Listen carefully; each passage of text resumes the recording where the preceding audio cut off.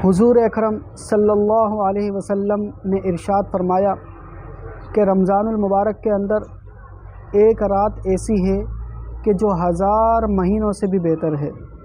جو کہ 1000 مہینوں سے بھی افضل ہے۔ اس رات میں جو شخص عبادت کرے گا، اللہ کو یاد کرے گا، گویا کہ وہ 1000 مہینوں سے زیادہ عبادت کرنے کا ثواب اپنے اعمال نامے میں لکھوائے گا۔ حضرت عائشہ رضی اللہ تعالی عنہا ارشاد فرماتی ہیں کہ آپ صلی اللہ علیہ وسلم نے ہمیشہ رمضان المبارک کے آخری 10 دنوں میں اعتکاف فرمایا۔